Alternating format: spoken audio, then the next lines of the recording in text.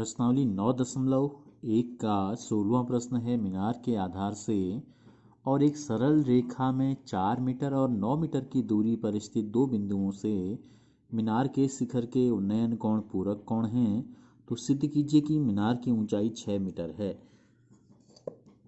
तो मीनार के आधार से और एक सरल रेखा में हमसे कहा गया है, तो हम क्या करते हैं, सबसे पहले एक मीनार बना लेते हैं।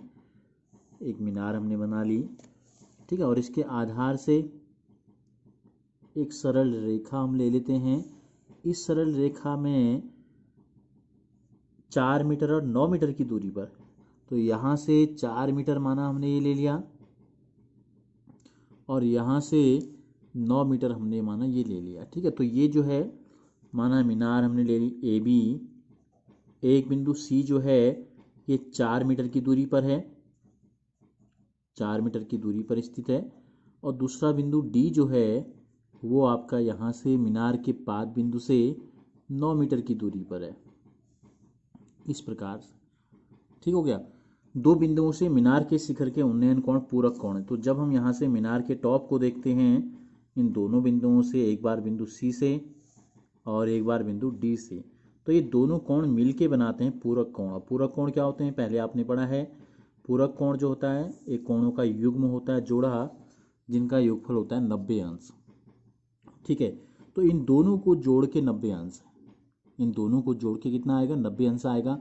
अगर ये 10 है तो ये कितना होगा, 80। 80 में 10 जोड़ेंगे तब जाके बनेगा 90, ठीक है। अगर ये 10 है तो ये 90 ऋण 10 है, यानी कि 80 का हमने। अगर ये 20 है तो ये कितना होगा, 90 में से 20 घटाएंगे तो 70 आ जाएगा। 70 और 20 90।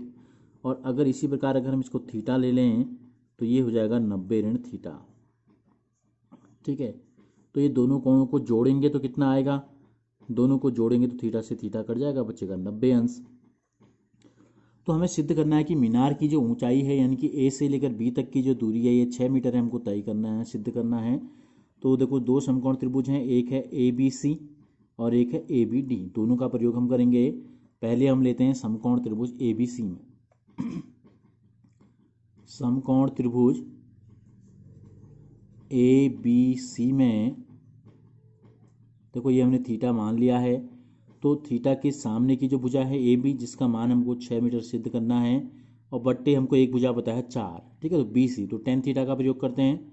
मैं देखो टेन थीटा बराबर ए बी बट्टे बी सी, ए बी बट्टे बी सी। ए बी का मान हमें पता नहीं है, ए बी रहने देते हैं, और बी सी का मान हमको पता है, देखो कितना है, 4 मीटर है। तो ये बन गया समीकरण नंबर 1। टेन थीटा का मान आ गया ए बी बट्टे 4। इसी प्रकार हम लेते हैं दूसरा समकोण त्रिभुज, समकोण त्रिभुज, ठीक है, ए बी डी में। ए बी डी में इसमें अगर हम क्या निकालें, देखो इसमें भी एक बार ए बी आएगा और एक बार क्या आएगा, बी डी आएगा आधार, ठीक है। तो अगर हम क्या करें, अगर हम 10 ले लें तो ये हो जाएगा 10 90 ऋण थीटा, यानी कि 90 ऋण थीटा हमने आपको पहले कौन बताए थे, क्या है, पूरक कोणों के त्रिकोणमितीय अनुपात हो जाएगा। और 10 90 ऋण थीटा का मान होता है कॉट थीटा, ठीक है। तो या तो हम इस प्रकार से ले लें, इसको भी 10 में ले लेंगे, या हम इसको कॉट ले लेंगे तो ये उत्तर आ जाएगा 10 में, ठीक है। चलो 10 में ही ले लेते हैं। तो ये हमने ले लिया 10, इसमें भी 10 थीटा ले लिया हमने। तो 10 थीटा का मान क्या होता है, वही लंब बट्टे आधार। लंब हो गया ए बी, आधार बी से लेकर डी तक की दूरी है, यानी कि 9 मीटर हो गया। तो 10 90 ऋण थीटा क्या होता है, पूरक कोणों के त्रिकोणमितीय अनुपात में हमने आपको बताया था 10 90 ऋण थीटा का मान हो जाता है कॉट थीटा बराबर ए बी बट्टे 9, हमको पता चल गया, समीकरण नंबर 2। अब हम क्या करते हैं, समीकरण नंबर 1 और 2 के को गुणा कर देते हैं दोनों पक्षों को, ठीक है। या हम यहाँ से क्या करते हैं, इसका उल्टा निकाल लेते हैं। एक तरीका ये है, देखो कॉट थीटा का मान इतना आ गया, तो टेन थीटा का मान कितना होगा, इस प्रकार से भी निकाला जा सकता है, टेन थीटा बराबर, ठीक है। तो टेन थीटा का मान कॉट के बदले में हमने आपको बताया था क्या होता है, 1 बट्टे कॉट थीटा होता है। टेन थीटा का मान होता था 1 बट्टे कॉट थीटा, तो कॉट को एक रहने देते हैं। कॉट थीटा का मान क्या है, ए बी बट्टे 9, ए बी बट्टे 9 हो जाएगा। एक भिन्न के नीचे दूसरी भिन्न जब आती है तो ये उल्टा हो गया, यानी कि 9 बट्टे ए बी हो गया है। समीकरण नंबर 2 को हमने 3 कर दिया। अब समीकरण 1 और 3 को देखो। समीकरण 1 में क्या है, बाएं पक्ष टेन थीटा है, समीकरण नंबर 3 में भी बाएं पक्ष टेन थीटा है।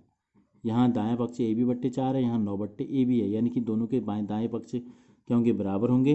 तो समीकरण 1 व 3 से की तुलना कर देते हैं।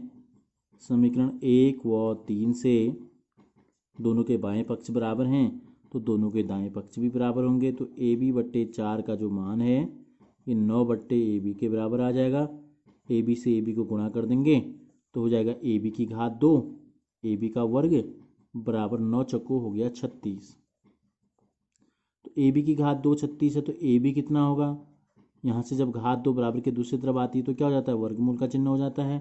तो ये हो गया √36, यानी कि 36 के वर्गमूल अगर हम निकाल देंगे तो धन 6 गुणा धन 6 ऋण 6 गुणा ऋण 6। तो हम क्या लेते हैं, चूंकि ऊंचाई है ए बी तो ऋण में नहीं लेके केवल धन चिन्ह ले रहे हैं, तो ये आ गया 6। ए बी का मान कितना आएगा, यहाँ अगर आप चाहें तो हम यहाँ लिख सकते हैं, पहले तो धन 6 ऋण 6 लिख सकते हैं। चूंकि ए बी क्या है, मीनार की ऊंचाई है, तो इसलिए ए बी जो हमको प्राप्त हो गया ये आ गया 6 मीटर। यही हमको सिद्ध करना था। सिद्ध कीजिए मीनार की ऊंचाई 6 मीटर है। अगर हम चाहते यहाँ पर सीधे, जहाँ पर हमने tan 90 ऋण थीटा लगाया था, यहाँ पर अगर हम cot 90 ऋण थीटा लगाते तो सीधे यहाँ पे हमको tan थीटा मिल जाता और ये आधार बट्टे लंब यानी कि 9 बट्टे ए बी आ सकता है। तो सीधे यहाँ पर cot भी लगा सकते हैं, नहीं तो इसको उल्टा भी कर सकते हैं इस प्रकार से।